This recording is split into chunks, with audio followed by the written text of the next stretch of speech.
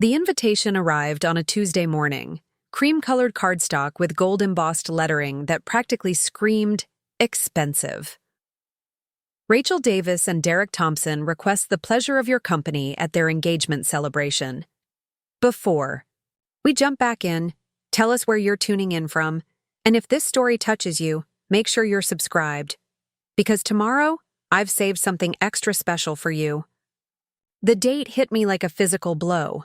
Exactly 8 months to the day since Derek had walked out of our house with 2 suitcases and a confession that shattered my world. My best friend since college, the woman who had been my maid of honor, was now marrying my ex-husband, and they wanted me to celebrate with them. I should have thrown the invitation in the trash. Any rational person would have. But as I held that pristine piece of paper in my trembling hands, something cold and calculating settled in my chest. They wanted me there for a reason, and it wasn't out of friendship or guilt. This was Rachel's victory lap, her final humiliation, and she expected me to show up broken and defeated. What she didn't know was that I had spent the last 8 months doing more than just healing from their betrayal. I had been watching, learning, and most importantly, discovering secrets that could destroy the perfect image they had so carefully constructed. The morning Derek left me started like any other Tuesday, except it was our 5th wedding anniversary. I had taken the day off work, planning to surprise him with dinner at the restaurant where we had our first date. I spent hours preparing, choosing the perfect dress, the one he had always said made my eyes look like emeralds. When he came home that evening, I was waiting in the living room with champagne chilled and his favorite playlist softly filling the space. He didn't even look at the candles I had lit or notice the effort I had put into everything. Instead, he stood in our doorway like a stranger, his face carrying an expression I had never seen before. Cold, distant, and somehow relieved. The words came out in a rush, as if he had rehearsed them but wanted to get through them quickly. He was leaving. He had been unhappy for months. He needed space to figure things out. The usual script of a man who had already made his decision but wanted to soften the blow with vague explanations. But then came the part that changed everything. As he headed toward our bedroom to pack, I asked the question that any wife would ask in that moment. Was there someone else? The pause that followed stretched between us like a chasm. When he finally answered, his voice was barely above a whisper. Rachel. My Rachel. The woman who had held my hand through my mother's funeral, who had helped me pick out my wedding dress, who had been the first person I called when I got promoted at work. She had been there through every milestone of my adult life, and now she was the reason my marriage was ending. The betrayal cut deeper than I had thought possible. It wasn't just that my husband was leaving me, it was that my best friend had been lying to my face for months, maybe longer. All those girls' nights when she had listened to me complain about Derek working late, all those times she had offered advice about our relationship, all those moments when she had looked me in the eyes and asked how things were going with him. She had known exactly how things were going because she was the reason they were falling apart. In the weeks that followed, I tried to piece together the timeline. When had it started? How long had they been meeting behind my back? The questions consumed me, but the answers were always just out of reach. Derek moved out that same night, and within days, Rachel had stopped returning my calls. The woman who had been my closest confidant for over a decade simply vanished from my life, leaving behind only the ghost of a friendship I now realized had been built on lies. The divorce proceedings were swift and clinical. Derek wanted out fast, and he was willing to give me almost everything to make it happen.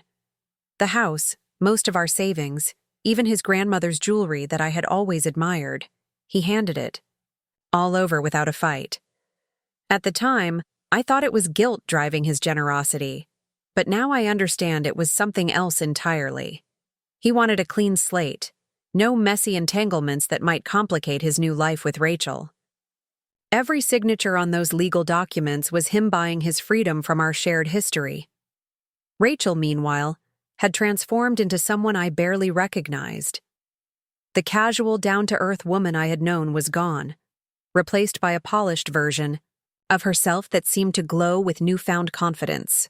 Her social media became a carefully curated gallery of happiness, professional photos of her and Derek at wine tastings, romantic getaways to places we had talked about visiting together, and countless images of the engagement ring that had appeared on her finger just 4 months after my divorce was finalized. But social media only told part of the story, and I had learned to read between the lines. My work in marketing had taught me how to analyze an image, how to spot the things people tried to hide behind perfect lighting and strategic angles. In Rachel's photos, I began to notice details that others might miss. The way Derek's smile never quite reached his eyes. How Rachel's hand was always positioned to show off her ring, even in the most casual shots. The forced quality of their laughter in videos, as if they were performing happiness rather than living it. It was during one of my late-night scrolling sessions that I stumbled across something interesting. A comment on one of Rachel's posts from someone named Ashley Morgan, congratulating her on the engagement and mentioning how excited the whole family was about the upcoming party. Ashley Morgan, Rachel's younger sister, who had always been the black sheep of the Davis family. I remembered Rachel mentioning her over the years, usually in the context of some family drama or disappointment. Ashley was the artistic one, the one who had dropped out of law school to pursue photography, the one who never quite lived up to their parents' expectations. On impulse, I clicked on Ashley's profile. Unlike Rachel's perfectly curated feed, Ashley's Instagram was raw and unfiltered. Real moments, genuine emotions, and most importantly, unguarded posts about family dynamics that painted a very different picture of the Davis household than the one Rachel typically presented. There were subtle complaints about family pressure, cryptic posts about authenticity versus performance, and, most intriguingly, recent photos from family gatherings where Rachel and Derek were notably absent or positioned awkwardly apart from the rest of the group. I spent hours going through Ashley's posts, not out of obsession, but out of genuine curiosity about the cracks in Rachel's perfect facade. What I discovered was fascinating. The Davis family was known in Portland's social circles for their wealth and influence. Rachel's father owned a chain of luxury car dealerships, and her mother was heavily involved in charity work that kept the family name in the society pages. But Ashley's posts revealed the pressure that came with that lifestyle, the expectations and the cost of maintaining appearances. One post in particular caught my attention. It was a throwback photo from Rachel's college graduation, showing our entire friend group from those days. The caption was seemingly innocent, but something about it felt loaded with meaning. Some people never change, and others change so much you don't recognize them anymore. Grateful for the ones who stayed, true to themselves. The photo had been posted just 2 weeks after Rachel and Derek's engagement announcement. I began to wonder if Ashley might be more of an ally than I had initially thought. Rachel had always described her sister as unpredictable and difficult, someone who stirred up trouble within the family. But what if Ashley simply refused to play the same games that everyone else did? What if she saw through the performance in a way that others didn't? The idea began to take shape slowly, like a photograph developing in a dark room. If I was going to attend this engagement party, and I was becoming more certain that I would, I needed to understand the full scope of what I was walking into. Rachel's family dynamics, Derek's new position within that family structure, and most importantly, who else might be harboring doubts about this picture-perfect romance they were presenting to the world. I started reaching out to old mutual friends, not to gossip or complain, but to gauge their reactions to the engagement. The conversations were revealing in their careful neutrality. Lisa Parker, who had been part of our college friend group, was particularly interesting to talk to. She had always been the diplomatic one, the peacekeeper who tried to see all sides of every situation. But when I mentioned Rachel and Derek's engagement, there was a pause that spoke volumes. "It's just so fast," Lisa finally said, and I could hear the conflict in her voice. "I mean, I know people process things differently. but sometimes I wonder if they really thought through what this means for everyone involved. She didn't say my name, but we both knew who she meant by everyone involved. These conversations gave me hope that I wasn't alone in questioning the narrative that Rachel and Derek were presenting. Their whirlwind romance might look perfect from the outside, but the people who knew us all could see the complicated truth underneath. The problem was that most people were too polite or too uncomfortable to say anything directly. As the engagement party date approached, I found myself in an interesting position. I could attend and play the role of the gracious ex-wife, offering my congratulations and blessing to the happy couple. I could stay home and let them have their perfect night without the awkwardness of my presence. Or I could do something else. Entirely. Something that would force everyone to confront the truth they were all pretending not to see. The decision crystallized one evening when I was going through old photo albums, something I had been avoiding for months. There, tucked between pictures of happier times, I found a letter Rachel had written me during our senior year of college. She had been going through a rough patch with a boyfriend who had been cheating on her, and she was devastated by the betrayal. In her careful handwriting, she had poured out her feelings about trust, loyalty, and what it meant to truly know someone. "The worst part isn't even the cheating," she had written. "It's the lying. It's looking someone in the face and pretending to be something you're not. It's making someone believe in a version of you that doesn't exist. I don't know how people live with themselves when they do that to someone who loves them." The irony was almost too perfect. Preparing and narrating this story took us a lot of time, so if you are enjoying it, subscribe to our channel. It means a lot to us. Now back to the story. Rachel had written those words with such conviction, such moral clarity about the very thing she had ended up doing to me. The woman who had comforted me through every heartbreak had become the source of my greatest one, and she had done it with the same lies and deception she had once condemned. That night, I made my decision. I would attend the engagement party, but not as the victim they expected me to be. I would go armed with knowledge, with allies I hadn't yet fully cultivated, and with a plan that would give everyone exactly what they claimed to want: the truth. The invitation sat on my kitchen counter for 3 more days before I finally picked up my phone and called the number listed for RSVPs. Rachel's mother answered, her voice as polished and gracious as always. She seemed genuinely surprised to hear from me, and I could detect a note of uncertainty as she confirmed my attendance for the party. "Claire, dear," she said, and I could practically hear her measuring her words. "I hope you know how much this means to Rachel that you're choosing to be there. She's been worried about how you're handling everything." The concern in her voice sounded genuine, but I knew better than to trust it completely. The Davis family was skilled at saying the right things, at maintaining the appearance of caring while protecting their own interests. Still, I played my part perfectly, assuring her that I only wanted Rachel to be happy and that I was looking forward to celebrating this new chapter in her life. As I hung up the phone, I realized that the real game was just beginning. Rachel thought she knew me, the heartbroken ex-wife who would either stay away in shame or show up to offer her tearful blessing. But the woman she had betrayed was not the same person who had lit candles for her cheating husband 8 months ago. I had learned to read between the lines, to see the cracks in carefully constructed facades, and most importantly, to understand that sometimes the truth needed a little help to come to light. The grand ballroom at Riverside Manor was booked for a Saturday evening in October, exactly 8 months after the anniversary that had changed everything. I marked the date on my calendar and began to plan not just what I would wear, but who I would become for that one crucial night. The engagement party would be Rachel's moment of triumph, but I was determined to make sure it was also the moment when everyone finally saw her for who she really was. The week before the engagement party, I did something I hadn't done in months. I went shopping. Not the mindless browsing I had been doing to fill empty hours, but deliberate, strategic shopping. I needed to look perfect, not in the way that screamed desperation or trying too hard, but in the way that suggested I was thriving. Success was the best revenge, they said, and I intended to embody that completely.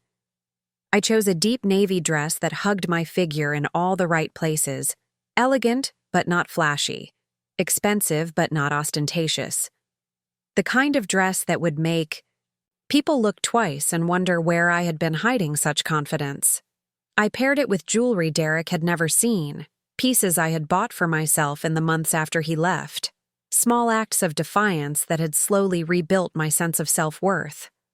But the real preparation wasn't about clothes or appearances, it was about information, and I had been gathering it methodically for weeks.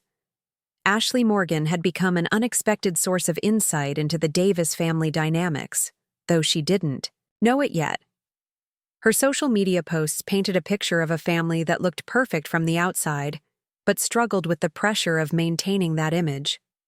More importantly, her recent posts had revealed something interesting about Rachel's behavior in the months leading up to the engagement. According to Ashley's casual observations, Rachel had been increasingly anxious about family gatherings, often arriving late or leaving early with Derek in tow.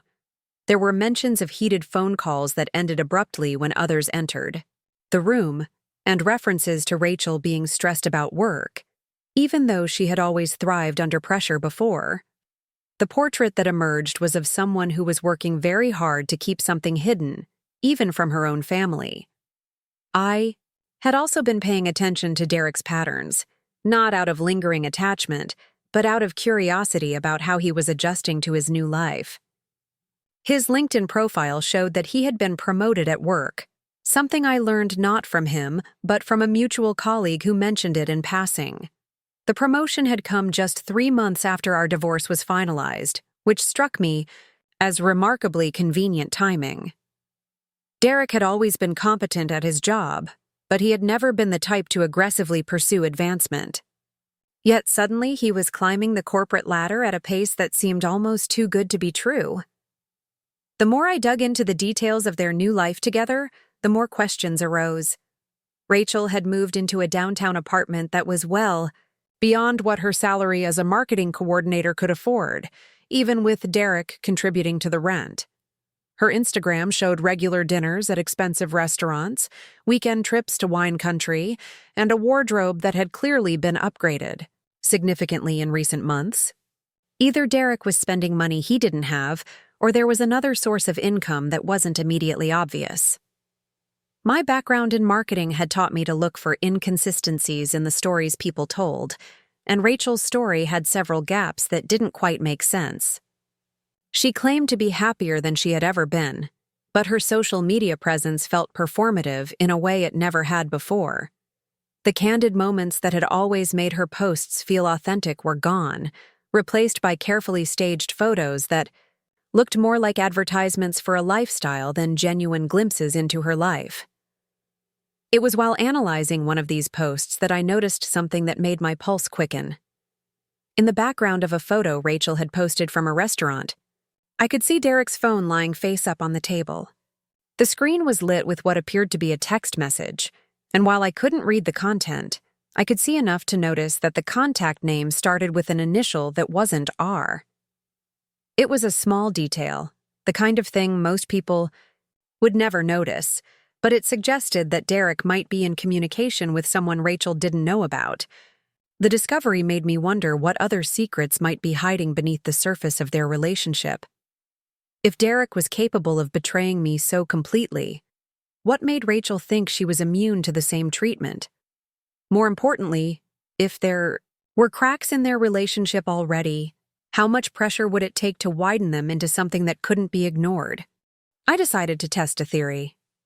Using a fake social media account I had created months earlier for research purposes, I began engaging with Ashley's posts in small ways, liking photos, leaving occasional comments that were supportive but not too familiar. Nothing that would raise suspicion, but enough to establish a digital presence that felt real. After a few weeks of this subtle interaction, I took the next step and sent her a direct message. The message was carefully crafted to seem like it came from someone who had mutual friends with the family but didn't know the full story of recent events. I mentioned seeing her photos from family gatherings and complimented her photography skills, then casually mentioned that I had heard her sister was engaged and wondered if she was excited about gaining a new brother-in-law. It was an innocent enough question, but one that gave Ashley an opening to share her real feelings if she was inclined to do so. Her response came back within hours, and it was more revealing than I had hoped. Ashley thanked me for the compliment on her photography, and then launched into a surprisingly honest assessment of the engagement. She was happy for Rachel, she said, but admitted that the whole situation felt rushed and complicated. She mentioned that the family had been surprised by how quickly things had moved, and that there were still some awkward conversations happening about how to handle the circumstances of how Derek and Rachel had gotten together. The phrase, awkward conversations, was particularly interesting. It suggested that even Rachel's own family was uncomfortable with the way the relationship had begun, which meant they knew more about the timeline than Rachel might have wanted them to. If the Davis family was already questioning the foundation of the relationship, it wouldn't take much to turn those private doubts into something more public. Ashley's message also revealed something else that I found intriguing. She mentioned that Derek seemed nice enough, but that he was clearly still adjusting to the family dynamics. He was trying hard to fit in, maybe too hard, and sometimes his efforts came across as forced rather than genuine. This suggested that Derek was feeling pressure to prove himself worthy of the Davis family's acceptance, which could be a vulnerability I could exploit. I spent the next few days crafting a careful response that would deepen my connection with Ashley without revealing my true identity. I shared some observations about family dynamics in general, mentioning how difficult it could be when someone new joined a close-knit family, especially under complicated circumstances.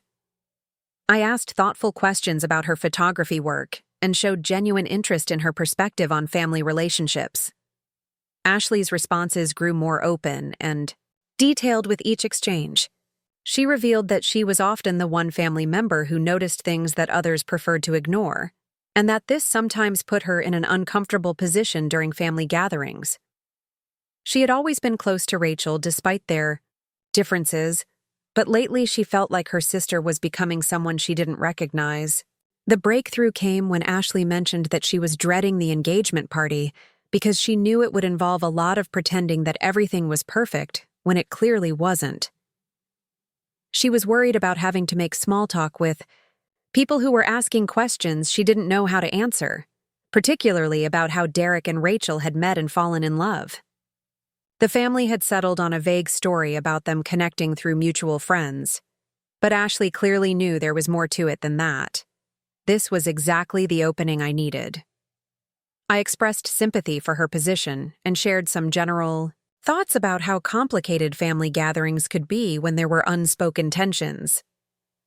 Then, almost as an afterthought, I mentioned that I might actually be attending the engagement party myself, as I had some connection to the situation that I wasn't entirely comfortable discussing online. Ashley's response was immediate and intrigued. She wanted to know more about my connection to Derek and Rachel, and I could sense that she was hoping to find someone who shared her discomfort with the situation. I explained that I preferred to discuss it in person rather than through messages, and suggested that perhaps we could connect at the party itself. The suggestion seemed to relieve some of Ashley's anxiety about the event. She said it would be nice to have someone there who understood that the whole situation was more complicated than it appeared on the surface. We agreed to find each other at the party, and she even offered to introduce me to some other family members who might be interested in having honest conversations about the engagement. As the date of the party approached, I realized that I had accomplished something I hadn't expected. I had created an ally within Rachel's own family. Ashley might not know my true identity yet, but she was already positioned to help me reveal the truth about her sister's relationship. More importantly, she was motivated by her own frustrations with the family's tendency to prioritize appearances over authenticity. The night before the engagement party, I received one final message from Ashley that confirmed my suspicions about the cracks in Rachel and Derek's relationship. She mentioned that there had been some drama at a family dinner. the previous week, involving a phone call that Derek had taken during the meal. He had stepped outside to answer it, claiming it was work-related, but the call had lasted nearly 20 minutes, and he had seemed agitated when he returned. Rachel had tried to brush off the incident, but Ashley noticed that she seemed embarrassed and angry about Derek's behavior. There had been a tense conversation between them after dinner, with Rachel insisting that Derek needed to be more present during family time, and Derek defending his right to handle work emergencies when they arose. The argument had ended with them leaving separately, Rachel with her parents and Derek driving off alone. The incident painted a picture of a couple who were already struggling with fundamental issues about priorities and respect. If Derek was taking mysterious phone calls during family dinners and leaving his fiancée to make excuses for his behavior, their relationship was far from the perfect partnership they were presenting to the world. I spent that final evening preparing mentally for what was to come. I reviewed everything I had learned about the Davis family dynamics, Derek's recent behavior patterns, and the inconsistencies in Rachel's public persona. I thought about the conversations I might have, and the reactions I hoped to provoke. Most importantly, I reminded myself that my goal wasn't simply revenge, it was truth. Rachel and Derek had built their relationship on a foundation of lies and betrayal, and they were asking everyone in their lives to celebrate and validate those choices. The engagement party was their attempt to legitimize what they had done, by surrounding themselves with the approval of family and friends. But approval based on deception wasn't really approval at all, and I was determined to give everyone the information they needed to make an informed decision about what they were really celebrating. As I got ready for bed, I caught my reflection in the bathroom mirror and was struck by how different I looked from the woman who had waited with champagne and candles 8 months earlier. The change wasn't just physical, though I was undeniably healthier and more confident than I had been during the final months of my marriage. The real change was in my eyes. There was a sharpness there now, a clarity that came from understanding exactly who I was dealing with and what I was capable of doing about it. Tomorrow would be Rachel's big night, her moment to show the world how perfectly everything had worked out. She would be surrounded by family and friends, wearing a beautiful dress and an expensive ring, celebrating her engagement to the man she had stolen from me. She expected me to be there as a symbol of her complete victory, the defeated ex-wife offering her gracious blessing to their happiness. What she didn't expect was that I had spent 8 months learning how to see through the performance, how to find the weak spots in even the most carefully constructed facade. She certainly didn't expect that I had found allies within her own family who were questioning the very narrative she was trying to sell. The engagement party would be Rachel's stage, but I was prepared to change the script entirely. By the time the evening was over, everyone would understand exactly what kind of love story they were really celebrating, and Rachel would learn that some victories come with a price she hadn't considered. I set my alarm for early the next morning and tried to get some sleep, though my mind was already racing through the possibilities of what tomorrow might bring. The woman who had once believed in fairy tale endings was gone, replaced by someone who understood that sometimes the most satisfying stories were the ones where the truth finally came to light, no matter how uncomfortable that truth might be, for everyone involved. The grand ballroom at Riverside Manor was exactly what I had expected: opulent, tasteful, and designed to impress. Crystal chandeliers cast warm light over round tables draped in ivory linens, each centerpiece a carefully arranged bouquet of white roses and eucalyptus. The bar was positioned strategically at one end of the room, ensuring guests would have to mingle as they moved between drinks and conversation. Everything was perfect, just as Rachel had always demanded her events to be. I arrived precisely at 7:30, fashionably late, but not so late as to make an entrance that would draw unwanted attention. The valet took my keys with professional efficiency, and as I walked through the Manor's elegant lobby, I could hear the gentle hum of conversation and laughter drifting from the ballroom. The sound should have made me nervous, but instead I felt remarkably calm. 8 months of preparation had led to this moment, and I was ready. The first person I saw was Derek's mother, Linda, who had always been kind to me during our marriage. She was standing near the entrance greeting guests, and her face lit up with genuine surprise when she spotted me. The warm hug she gave me felt real, untainted by the awkwardness that seemed to surround most people when they encountered the ex-wife at events like this. "Claire, honey, I'm so glad you came," she said, holding my hands as she studied my face. "You look absolutely radiant. How have you been?" There was something in her tone that suggested she wasn't entirely comfortable with the evening's celebration, either. Linda had always been perceptive, and I suspected she had her own questions about how quickly Derek had moved from our marriage into this engagement. Her warmth toward me felt like a small act of rebellion against the narrative that everyone was expected to embrace. "I'm doing well, Linda. Really well, actually," I replied, and I could see her relief at my apparent composure. "I wanted to be here to support Derek's happiness." The words were carefully chosen, and Linda seemed to catch the subtle distinction between supporting Derek and supporting the relationship itself. She squeezed my hands once more before releasing them, and I could see in her eyes that she understood more about the situation than she was willing to say aloud. As I moved deeper into the room, I spotted Rachel almost immediately. She was holding court near the far wall, surrounded by a cluster of her colleagues and college friends, all admiring her ring and listening to what appeared to be the story of Derek's proposal. She looked stunning, as I had known she would. Her hair perfectly styled, her makeup flawless, wearing a flowing champagne-colored dress that probably cost more than most people's monthly rent. But something was off about her demeanor. Despite being surrounded by well-wishers and compliments, there was a tightness around her eyes that I recognized from our years of friendship. It was the expression she wore when she was working too. Hard to maintain control of a situation when she was performing happiness rather than experiencing it genuinely. Derek stood beside her, one hand resting on the small of her back in a gesture that looked possessive rather than affectionate. He was smiling and nodding at the appropriate moments, but I could see the strain in his posture. This was not a man, basking in the glow of newfound love.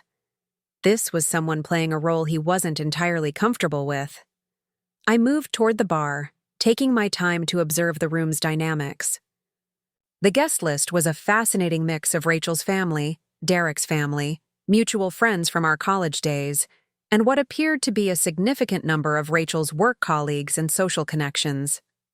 The division was subtle but noticeable. Derek's people seemed slightly subdued, while Rachel's crowd was more animated, more invested in the celebration. It was while waiting for my wine that I felt a gentle tap on my shoulder. I turned to find a young woman with kind eyes and an uncertain smile, someone I recognized from Ashley's Instagram photos, but had never met in person. "Excuse me, are you Claire?" she asked quietly, glancing around as if making sure we weren't overheard. I nodded, extending my hand. "You must be Ashley. It's so nice to finally meet you in person." Her handshake was firm, and I could see the intelligence in her eyes that had come through in our online conversations. Up close, she looked even less like Rachel than I had expected. Where Rachel was polished and controlled, Ashley had an authentic warmth that couldn't be manufactured. "I have to admit, I'm curious about your connection to all this," Ashley said, her voice low enough that our conversation wouldn't carry to nearby guests. "You mentioned it was complicated." I took a sip of my wine, considering how much to reveal and how quickly. Ashley had been honest with me about her discomfort with the engagement, and I sensed that she was ready to hear some difficult truths.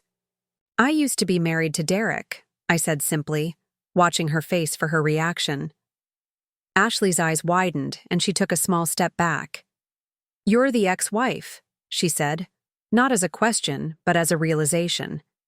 "Rachel's former best friend." The fact that she knew about our friendship told me that the Davis family was more aware of the complicated history than they had let on publicly. Ashley studied my face with new interest.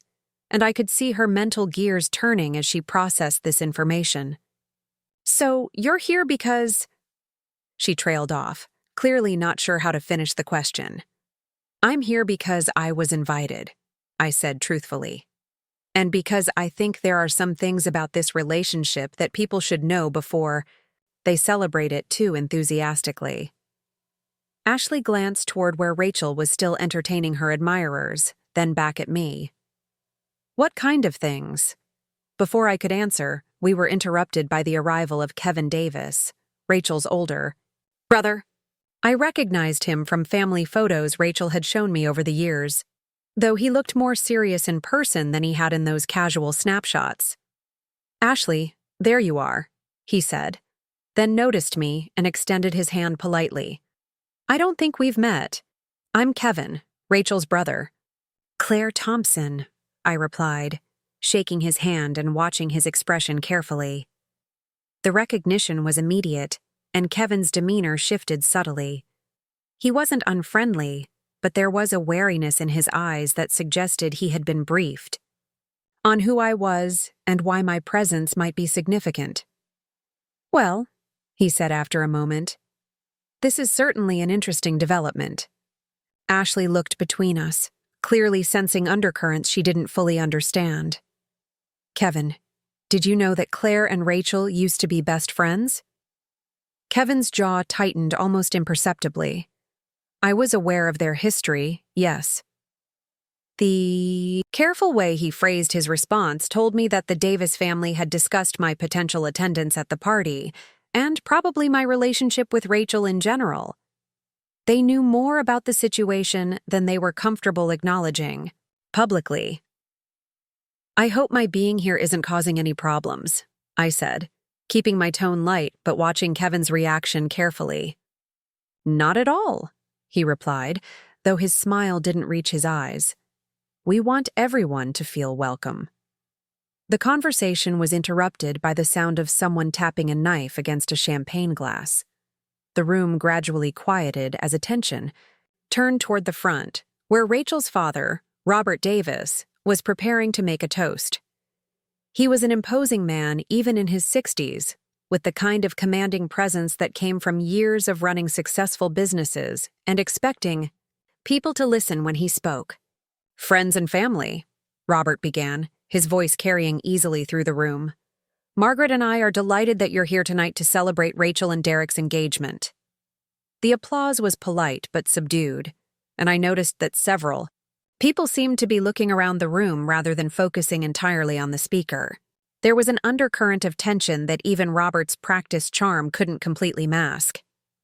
"As most of you know," Robert continued, "Rachel has always been someone who knows what she wants and goes after it with determination. We're thrilled that she's found someone who shares her ambitions and her vision for the future." The phrasing was interesting. He was praising Rachel's determination while subtly acknowledging that she had gone after Derek. It wasn't quite an admission of how the relationship had begun, but it was closer to the truth than the sanitized version they had been telling publicly. "Derek," Robert said, turning toward his future son-in-law, "we welcome you into our family and look forward to watching your partnership with Rachel flourish." Derek raised his glass and nodded, but I noticed that his smile seemed forced. There was something about the way Robert had emphasized the word partnership that suggested this was as much a business arrangement as a romantic relationship. As the toast concluded and conversations resumed, I found myself standing with Ashley and Kevin in an increasingly awkward silence. Ashley was clearly processing what she had learned about my identity, while Kevin seemed to be calculating how much damage my presence might do to the evening's carefully orchestrated celebration. "I should probably go say hello to Rachel," I said finally, breaking the tension. Ashley's eyes widened. "Are you sure that's a good idea?" Kevin looked like he wanted to object as well, but seemed to realize that trying to control my movements would only draw more attention to the situation. "She invited me," I reminded them both. It would be rude not to acknowledge the guest of honor. I left them standing by the bar and made my way across the room toward where Rachel was still surrounded by her admirers. As I approached, several people in the group noticed me, and their conversations gradually died away. Rachel, sensing the change in atmosphere around her, turned to see what had captured everyone's attention. The moment our eyes met, I saw a flash of genuine emotion cross her face, surprise, fear, and something that might have been guilt. But the expression was gone so quickly that I might have imagined it, replaced by the practiced smile she had been wearing all evening. "Claire," she said, her voice pitched just loud enough for the surrounding group to hear. "I'm so glad you could make it." She stepped forward and embraced me, a gesture that looked warm and spontaneous to anyone watching, but felt stiff and calculated up close. I could feel the tension in her body as she hugged me, and when she pulled back, her smile was brilliant, but her eyes were wary. "Congratulations," I said sincerely. "You look absolutely beautiful tonight." The compliment was genuine. Rachel did look beautiful, even if that beauty was armor for whatever insecurities she was hiding beneath. Around us, the small crowd was watching our interaction with obvious fascination, clearly aware that this was a moment fraught with potential drama. "Thank you," Rachel replied, then turned to include Derek in the conversation. "Derek, you remember Claire, of course." Derek stepped forward, and I could see the discomfort written across his features. This was probably the last conversation he had wanted to have tonight, but there was no graceful way to avoid it. "Claire," he said, offering his hand in a gesture that was more formal than friendly. "Thank you for coming." His hand was slightly damp when I shook it, and I could see a muscle jumping in his jaw. Whatever composure he had been maintaining for the evening was being tested by my presence. "I wouldn't have missed it," I replied, letting my gaze move between them. "It's so wonderful to see you both looking so happy." The word "both" carried just enough emphasis to suggest that I was evaluating their happiness rather than simply acknowledging it. Around us, people were beginning to drift away, sensing that this conversation might venture into territory they didn't want to witness. Rachel's grip on Derek's arm tightened, and I noticed that her knuckles were white where she held on to him. "We really are," she said, her voice carrying a note of defiance. Everything worked out exactly as it was meant to. The statement was clearly directed at me, a declaration that she felt no guilt or regret about how their relationship had begun. But the fact that she felt the need to make such a declaration suggested that she was far from at peace with her choices.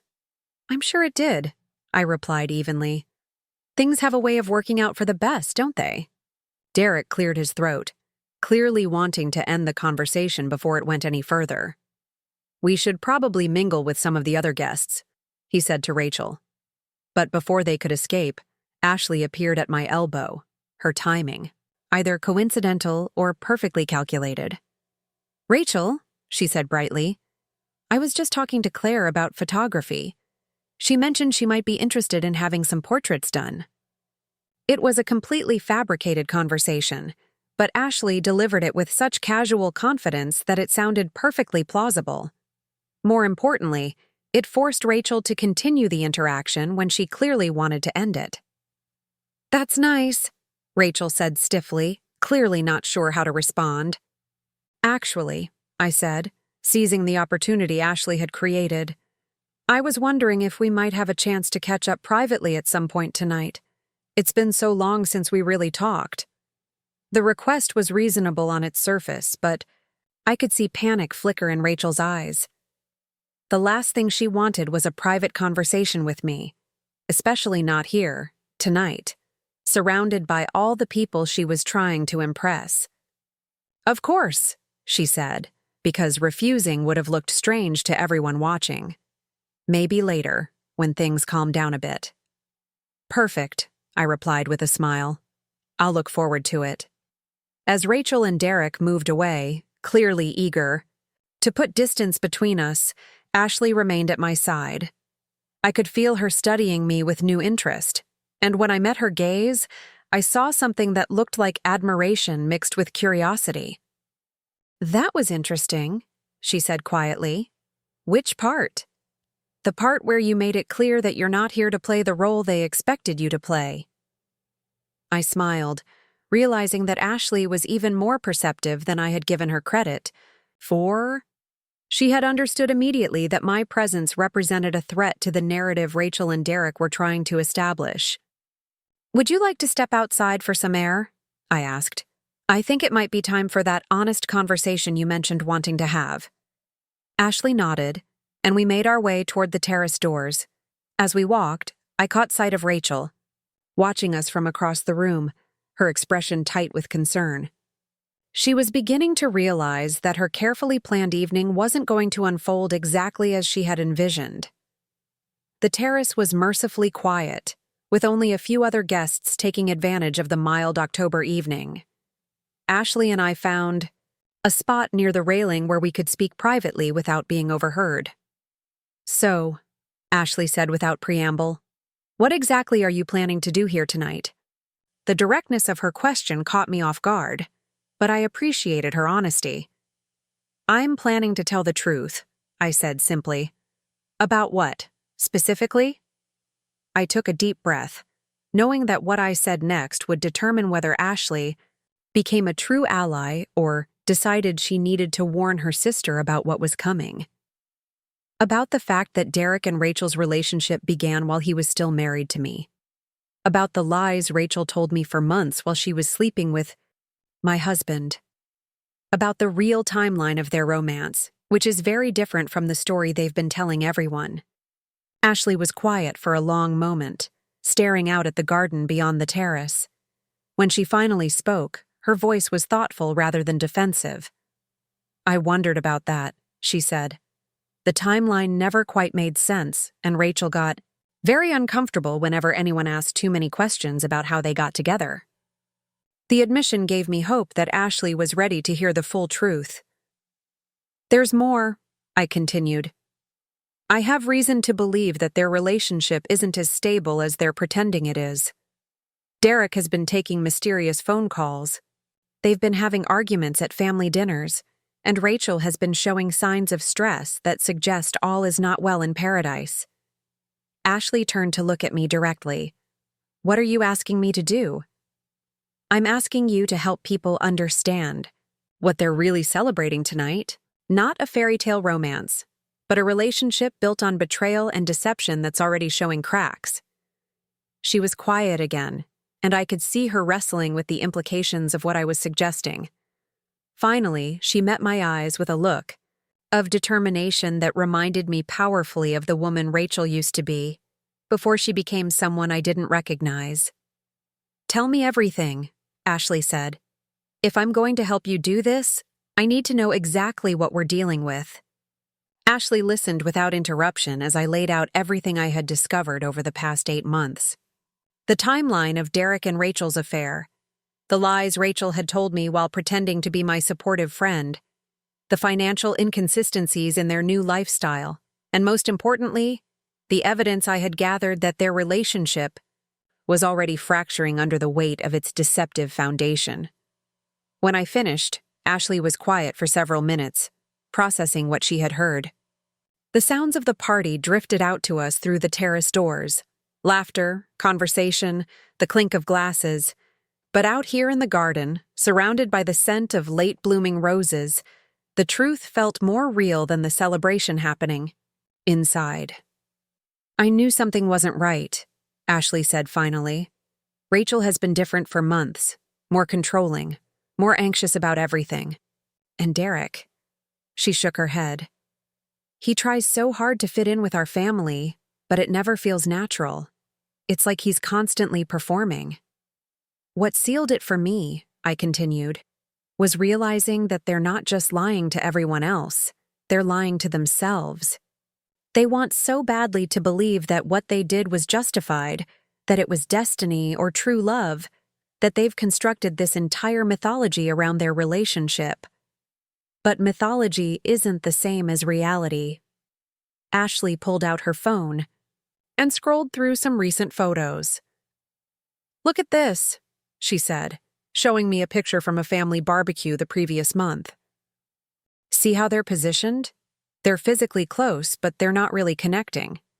Rachel is looking at the camera, Derek is looking off to the side, and there's this space between them even though they're supposed to be this madly in love couple. She was right. The body language in the photo told a completely different story from the one Rachel had been posting on her own social media. These were two people who were working very hard to appear happy, rather than two people who actually were happy. "There's something else," Ashley said, lowering her voice even further. "Last week, Rachel asked me if I thought she was making the right decision, just out of nowhere while we were having coffee. When I asked what she meant, she backtracked and said she was talking about the venue for tonight's party, but I could tell that wasn't what she meant at all." The admission was exactly what I had been hoping to hear. If Rachel was having doubts serious enough to voice them, even obliquely to her sister, then the facade was cracking more than I had dared to hope. "What did you tell her?" I asked. "I told her that only she could know what was right for her life," Ashley replied. "But I also said that the best decisions are usually the ones you don't have to convince yourself to make." I smiled at the wisdom in that response. Ashley had given her sister permission to examine her own doubts without directly criticizing Derek or the engagement. It was the kind of gentle probing that might actually get through to someone who was deep in denial about their choices. "We should go back inside," I said, glancing toward the ballroom. "People will start to notice if we're out here too long." Ashley nodded, but before we moved toward the doors, she grabbed my arm gently. "What exactly are you planning to do? I mean, I understand why you want the truth to come out. But how are you going to make that happen without it looking like you're just a bitter ex-wife trying to cause trouble?" It was a fair question, and one I had been grappling with for weeks. The challenge wasn't just revealing the truth. It was revealing it in a way that people would believe and take seriously rather than dismissing as vindictive jealousy. "The truth has a way of revealing itself," I said carefully. "Sometimes it just needs the right circumstances to come to light. I'm not planning to stand up and make accusations. I'm planning to create opportunities for people to see what's really happening and draw their own conclusions." Ashley studied my face in the dim light from the ballroom. "You're not going to do anything that will hurt innocent people, are you?" "Because whatever Rachel has done, there are a lot of people in there who genuinely care about her." The concern in her voice was touching, and it reminded me why I had been drawn to her in the first place. Unlike her sister, Ashley seemed to navigate the world with genuine empathy and consideration for others. "I'm not interested in hurting anyone," I assured her. "I'm interested in making sure people understand what they're celebrating before they commit to supporting it. There's a difference." We made our way back into the ballroom where the party was in full swing. The dinner portion of the evening had concluded, and people were mingling more freely, moving between the bar and the small clusters of conversation that had formed throughout the room. A string quartet was playing softly in one corner, and the atmosphere felt more relaxed than it had when I first arrived. I spotted Derek near the bar, engaged in conversation with several men I recognized as his colleagues from work. Even from across the room, I could see that he looked more comfortable than he had earlier in the evening, probably relieved to be talking about neutral topics rather than fielding questions about his personal life. Rachel was on the opposite side of the room, surrounded by what appeared to be her college sorority sisters, all of whom were examining her engagement ring and listening to what I assumed was the story of Derek's proposal. She was animated and laughing, but I noticed that she kept glancing around the room as if she was keeping track of where everyone was at all times. "She's been doing that all night," Ashley observed, following my gaze. "Watching everyone, making sure conversations stay where she wants them to go. It's exhausting just watching her." Before I could respond, we were approached by Lisa Parker, my old college friend who had been diplomatically neutral when I had spoken with her weeks earlier. Lisa looked genuinely happy to see me, and her hug felt warm and uncomplicated, in a way that reminded me of simpler times. "Claire, I'm so glad you decided to come, Lisa said. I wasn't sure if you would, given everything that's happened. I thought it was important to be here, I replied truthfully. Besides, I've been curious to see how everyone is doing. Lisa glanced around the room and I could see her choosing her words carefully. It's been interesting, watching everyone navigate this situation. People have been very careful about what they say, if you know what I mean. Ashley stepped closer to our conversation, clearly interested in hearing an outsider's perspective on the evening's dynamics. What do you mean by careful? Ashley asked. Lisa looked between us, seeming to assess whether she could speak freely. I mean that everyone is trying very hard to be supportive and positive, but there are definitely some unspoken questions about how everything happened. People remember that Claire and Rachel were best friends, and that Derek and Claire seemed happy together.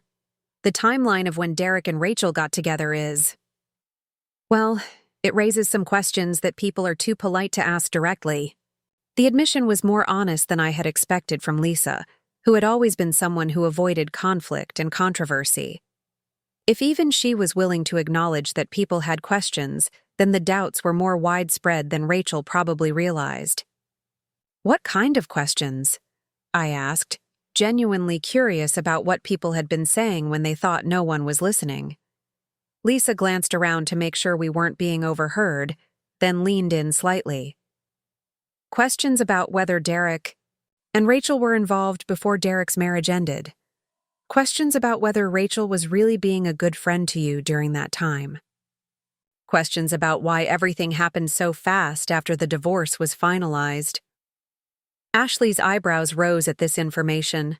It was clear that she hadn't realized how much speculation had been circulating among the couple's mutual friends and acquaintances. Have people been talking about this openly? Ashley asked. Not openly, no, Lisa replied. But in private conversations, yes. People have been comparing notes about things they noticed or conversations they remember. It's the kind of situation where individual pieces of information don't mean much, but when you put them all together, a pattern starts to emerge. This was exactly what I had been hoping to hear. The truth was already surfacing in private conversations, among people who had known all three of us during the relevant time period. They were connecting dots and reaching conclusions without any input from me, which meant that my role could be simply to give them permission to voice what they were already thinking. It must be difficult for you to be here tonight, Lisa continued, turning back to me. I can't imagine how I would handle being in your position. Actually, it's been enlightening, I said carefully. Sometimes you don't realize how much you didn't know about a situation until you have some distance from it. The comment was deliberately ambiguous, but I could see both Lisa and Ashley processing the implication that I had learned things about my marriage and its end that I hadn't known at the time. Our conversation was interrupted by the approach of Kevin Davis, who looked like he had been working up the courage to join us for several minutes. His expression was serious, and I could tell that whatever he wanted to discuss wasn't going to be casual small talk. "Excuse me, ladies," he said politely, then turned to me specifically. "Claire, I was wondering if I could have a word with you privately." Lisa immediately excused herself, clearly sensing that this was a family matter that didn't concern her. Ashley looked like she wanted to stay, but Kevin gave her a meaningful look that suggested she should make herself scarce as well. "Of course," I said, following Kevin toward a quieter corner of the room where we could speak without being overheard. Kevin was clearly uncomfortable with whatever he felt compelled to say, and he spent several moments looking around the room before finally meeting my eyes. "I want you to know that our family appreciates you being here tonight," he began carefully. "I know this situation can't be easy for you, and the fact that you're handling it with such grace means a lot." I waited, sensing that there was more he wanted to say. "I also want you to know," he continued, "that there are some of us who have questions about how everything unfolded. Questions that we probably should have asked sooner." The admission was significant coming from Rachel's own brother, and I could see how much it cost him to voice doubts about his sister's choices. "What kind of questions?" I asked gently. Kevin looked around again, making sure we weren't being observed, then leaned in slightly. "Questions about timing, about loyalty, about whether the story we've been told is complete." He was being diplomatic, but the meaning was clear. Rachel's own family was beginning to question the narrative she had constructed about her relationship with Derek. "What made you start questioning things?" I asked. Kevin was quiet for a moment, then sighed. "Honestly, it was watching Derek tonight. He's trying so hard to fit in, to be what he thinks we want him to be, that it's obvious he's not comfortable with who he actually is in this situation. And Rachel." He trailed off. "What about Rachel?" "Rachel has been different since all this started. More defensive, more controlling, more concerned about appearances than she used to be. It's like she's expending so much energy maintaining the story that she doesn't have any left for actually living her life." The observation was remarkably perceptive, and it confirmed what I had been seeing in Rachel's behavior as well. The effort required to maintain a fiction was taking a visible toll on her, even if she didn't want to admit it. "Have you talked to her about your concerns?" I asked. Kevin shook his head. "How do you ask your sister if her engagement is built on a lie? How do you question whether she betrayed her best friend without sounding like you're attacking her character?" It was a fair point, and it highlighted the impossible position that Rachel's deception had put her entire family in. They could sense that something wasn't right, but confronting it directly would require them to acknowledge that someone they loved was capable of serious betrayal. "Maybe," I suggested carefully, "the question isn't whether she's capable of betrayal, but whether she's capable of admitting when she's made a mistake." Kevin looked at me with surprise, as if the possibility of Rachel acknowledging error had never occurred to him.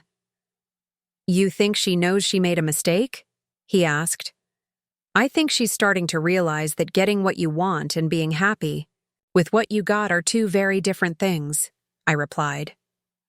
Before Kevin could respond, we were interrupted by a commotion near the center of the room. Derek's phone had apparently rung, and he had answered it despite being in the middle of a conversation with several guests. The call was clearly something urgent or private, because he had stepped away from the group and was speaking in hushed, tense tones. Rachel had noticed the interruption and was making her way across the room toward Derek, her expression tight, with irritation. Even from where Kevin and I stood, we could see that this was exactly the kind of behavior Ashley had described from the family dinner the week before. "This should be interesting," Kevin muttered under his breath. We watched as Rachel reached Derek and placed a hand on his arm, clearly trying to get his attention. Derek held up a finger, indicating that he needed another moment to finish his call, and Rachel's face flushed with embarrassment and anger. They were in the middle of their engagement party, surrounded by family and friends, and Derek was prioritizing a phone call over the celebration. The call continued for another minute or two, with Derek turning slightly away from Rachel as he spoke. When he finally hung up, Rachel leaned in and said something to him that we couldn't hear, but her body language made it clear that she was not pleased. Derek's response was equally inaudible, but his defensive posture suggested that he didn't appreciate being criticized for taking the call. They stood there for a moment, having what was clearly an argument in the middle of their own engagement party, trying to keep their voices low enough that the surrounding guests couldn't hear the specific words. The tension was palpable, and I noticed that conversations around them had gradually died away as people became aware of the conflict happening in their midst. This was exactly the kind of public crack in their relationship that I had been hoping might surface naturally. "Well," Kevin said quietly, "I guess that answers some questions." Ashley appeared at my other side, having watched the scene unfold from across the room. "That's the third time tonight," she whispered. "He's taken 3 phone calls during his own engagement party. The information was damning, and I could see that both Kevin and Ashley were beginning to understand that the problems in Rachel and Derek's relationship ran deeper than simple adjustment issues or wedding stress. Rachel seemed to realize that their argument was drawing attention because she suddenly smiled brightly and linked her arm through Derek's, pulling him back into circulation among their guests. But the damage was done. People had seen the conflict, and they were beginning to talk among themselves about what it might mean. I think, I said quietly to Kevin and Ashley, that people are starting to see the real relationship behind all the celebration. And indeed, as I looked around the room, I could see small clusters of guests engaged in quiet, serious conversations, their eyes occasionally drifting toward Rachel and Derek with new speculation. The truth was beginning to surface on its own, just as I had hoped it would. The evening was far from over, but the foundation of Rachel and Derek's perfect narrative was already beginning to crumble. The opportunity I had been waiting for came an hour later, when Rachel finally approached me with the smile that used to mean we were about to share secrets, but now felt like a weapon she was wielding to maintain control. She had clearly been working up the nerve to have our promised private conversation, and I could see the calculation behind her friendly demeanor. "Claire," she said warmly, though her eyes remained guarded, "I was hoping we could step out and catch up properly. It's been far too long since we really talked." I followed her through the terrace doors and into the garden, where fairy lights strung between the trees created an intimate atmosphere that would have been romantic under different circumstances. Rachel chose a spot near the fountain where the sound of running water would mask our conversation from any potential eavesdroppers. "I have to say," Rachel began, settling onto a stone bench and patting the space beside her, "you look incredible tonight. Divorce clearly agrees with you." The comment was designed to sound like a compliment, but I could hear the subtle probe underneath it. She was testing to see how I would respond to references to my failed marriage, whether I would become defensive or emotional in a way she could exploit. "Thank you," I replied simply, taking a seat but maintaining some distance between us. "I've learned a lot about myself over the past few months." "I'm so glad to hear that," Rachel said, and for a moment her expression seemed genuinely warm. "I've been worried about you, you know. I wanted to reach out so many times, but I wasn't sure if you'd want to hear from me given the circumstances." The lie rolled off her tongue so smoothly that I almost admired the skill involved. She had perfected the art of rewriting history to cast herself as the considerate friend who had only stayed away out of respect for my feelings. "The circumstances," I repeated thoughtfully. "You mean the fact that you were sleeping with my husband while pretending to be my friend and confidant?" Rachel's composure slipped for just a moment, a flash of genuine emotion crossing her face before she regained control. "Claire, I know how it must look, but it wasn't like that. What happened between Derek and me, it wasn't planned. It just happened." "For how long?" I asked calmly. "What do you mean?" "How long were you sleeping with my husband while listening to me complain about how distant he'd become? How long were you offering me advice about my marriage while actively destroying it?" Rachel's hands twisted in her lap, and I could see her struggling to find a version of the truth that wouldn't make her look completely heartless. "It was only a few weeks before Derek told you about us, and we both felt terrible about it. We tried to fight it, but sometimes you can't help who you fall in love with." The explanation was so perfectly rehearsed that I wondered how many times she had practiced it in front of a mirror. Every word was chosen to minimize her culpability while maximizing the romantic mythology she had constructed around their affair. "A few weeks," I said, letting the words hang in the air between us. "So when you came over that Tuesday night, in March to help me plan Derek's surprise birthday party, you had already been sleeping with him." Rachel's face went pale as she realized I was testing her story against specific memories. "Claire, when you helped me pick out that expensive watch for his birthday, the one he said he loved so much, you already knew he was planning to leave me." "It wasn't like that," Rachel said desperately.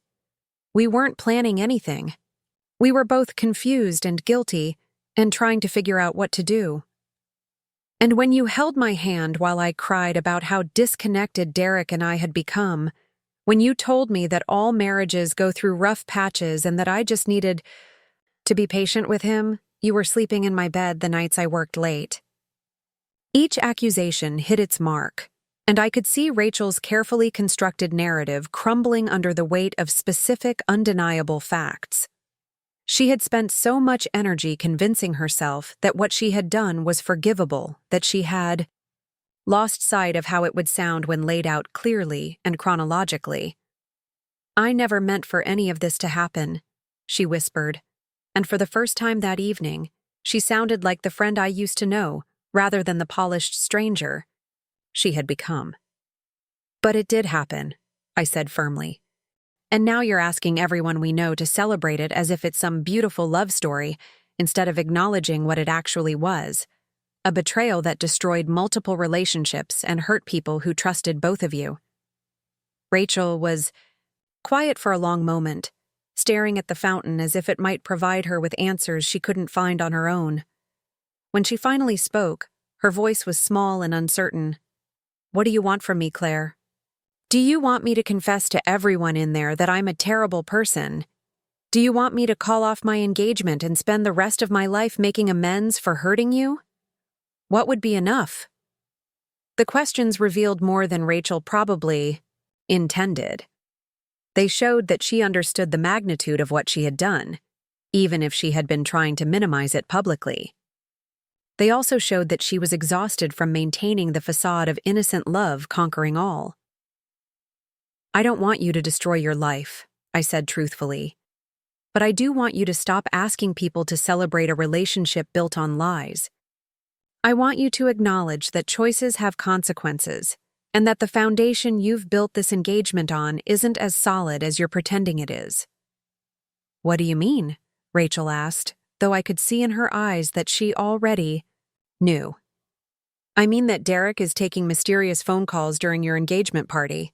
I mean that you've been having public arguments about his priorities and his commitment to your relationship.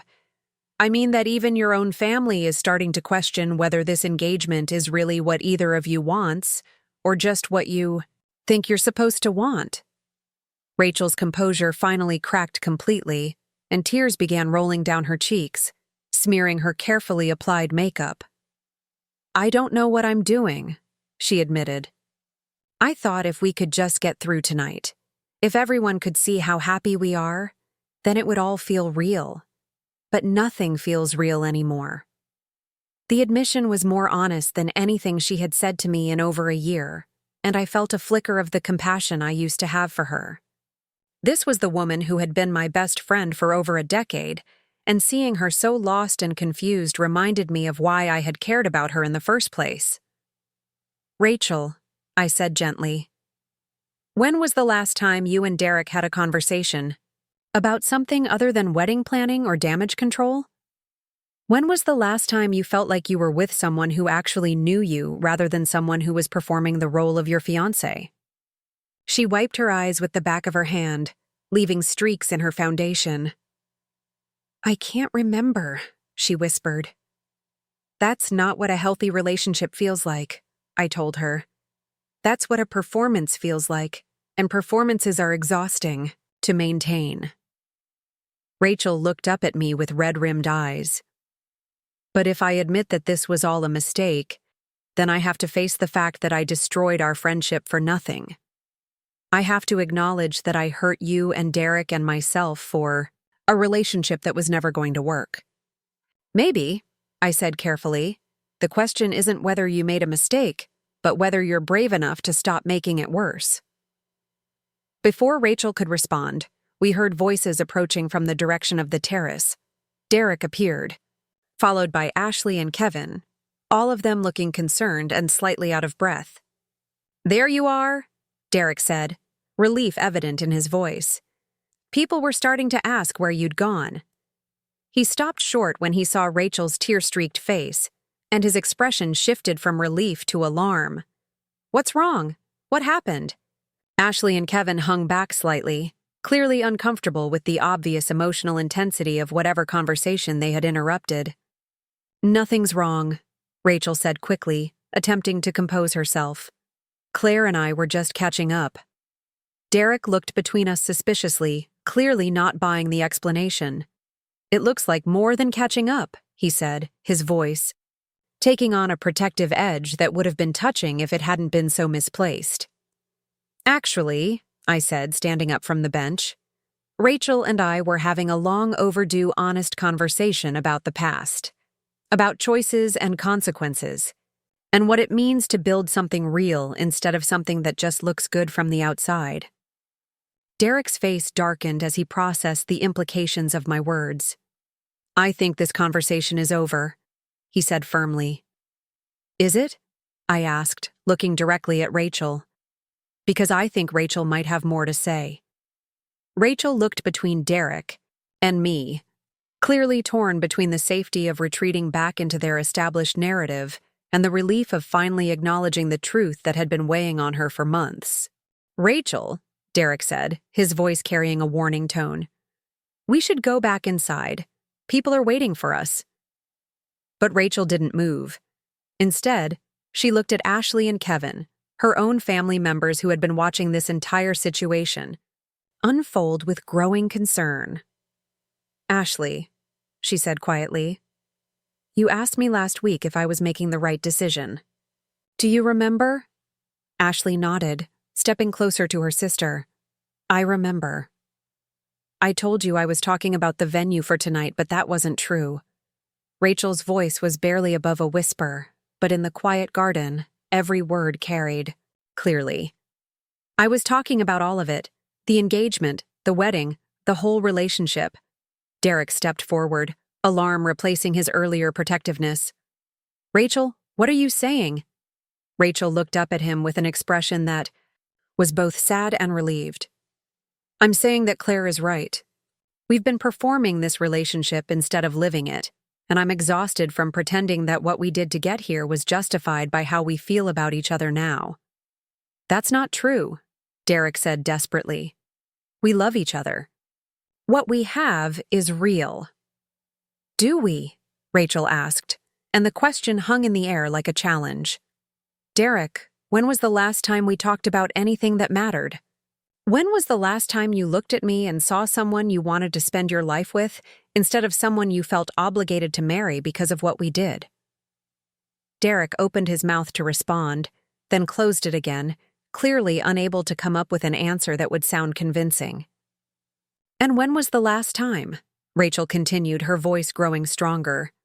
"That you didn't take a phone call from whoever keeps calling you during family dinners and parties and important moments in our relationship?" The question hit its target, and Derek's face flushed with guilt and anger. "That's completely different. That has nothing to do with us."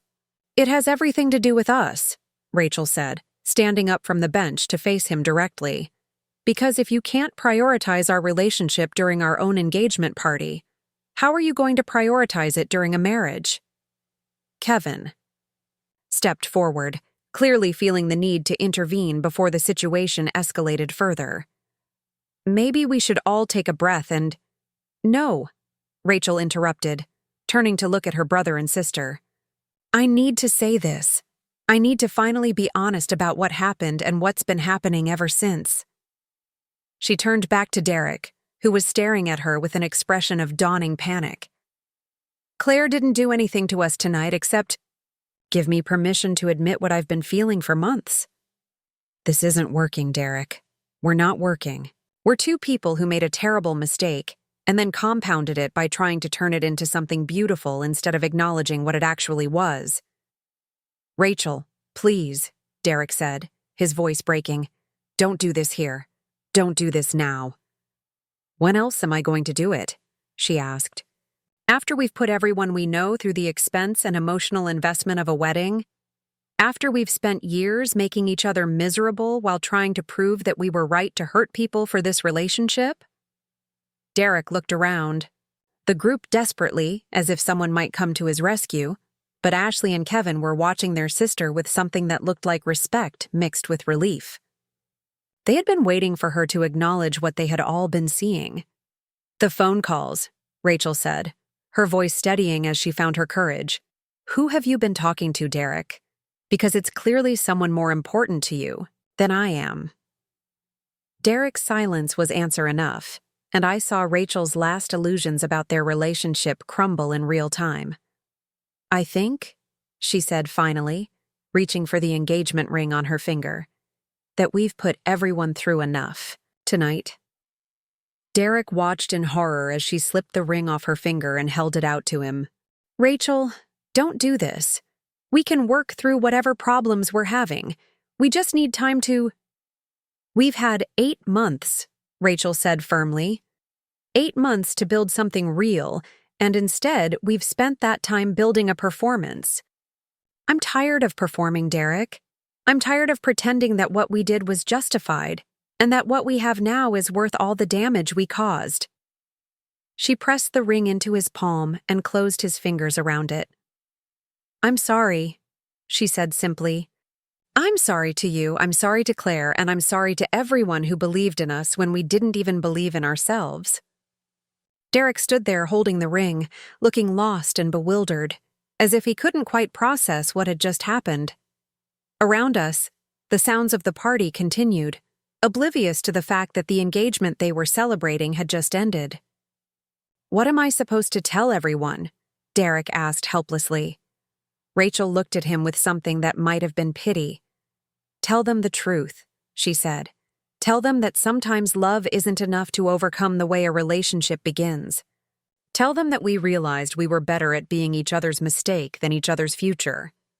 Ashley stepped forward and put her arm around Rachel's shoulders, offering the support that Derek no longer could.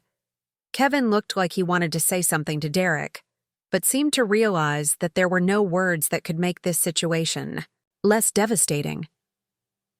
I watched as Derek walked slowly back toward the terrace doors, still clutching the engagement ring and probably trying to figure out how to explain to a room full of guests that the party was over. Rachel watched him go with an expression that was sad but also relieved, as if she had finally set down a burden she had been carrying for too long. "Are you okay?" Ashley asked her sister gently. Rachel nodded, though tears were still flowing down her cheeks. "I think I will be," she said. "For the first time in months, I think I actually will be." She turned to me, and I could see the woman I used to know looking back at me from behind the ruins of the person she had tried to become. "Claire," she said, her voice shaking with emotion. "I know I can't undo what I did to you, and I know I don't deserve your forgiveness. But I want you to know that ending this engagement doesn't erase the fact that I betrayed our friendship in the worst possible way. I'm going to have to live with that for the rest of my life." I looked at her for a long moment. This woman who had been my closest friend for over a decade before becoming the source of my greatest heartbreak. The anger I had carried for 8 months was still there, but it was no longer the driving force in my chest. "I hope you figure out who you want to be," I said finally. "Because the Rachel I used to know would never have done what you did. And the Rachel standing here tonight finally seems to understand that." It wasn't forgiveness, not yet, but it was acknowledgement that people could change, that mistakes could be learning experiences, and that sometimes the most important conversations happened when the performance finally stopped, and the truth was allowed to surface. As we made our way back toward the ballroom, I realized that the evening had ended exactly as it should have, not with revenge or public humiliation, but with honesty.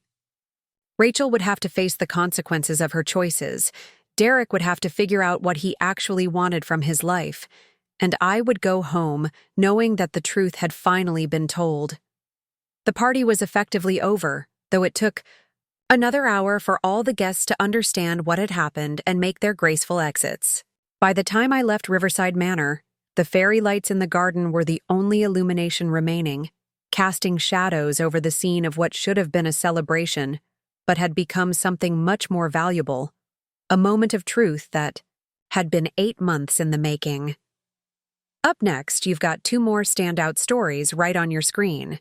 If this one hit the mark, you won't want to pass these up. Just click and check them out.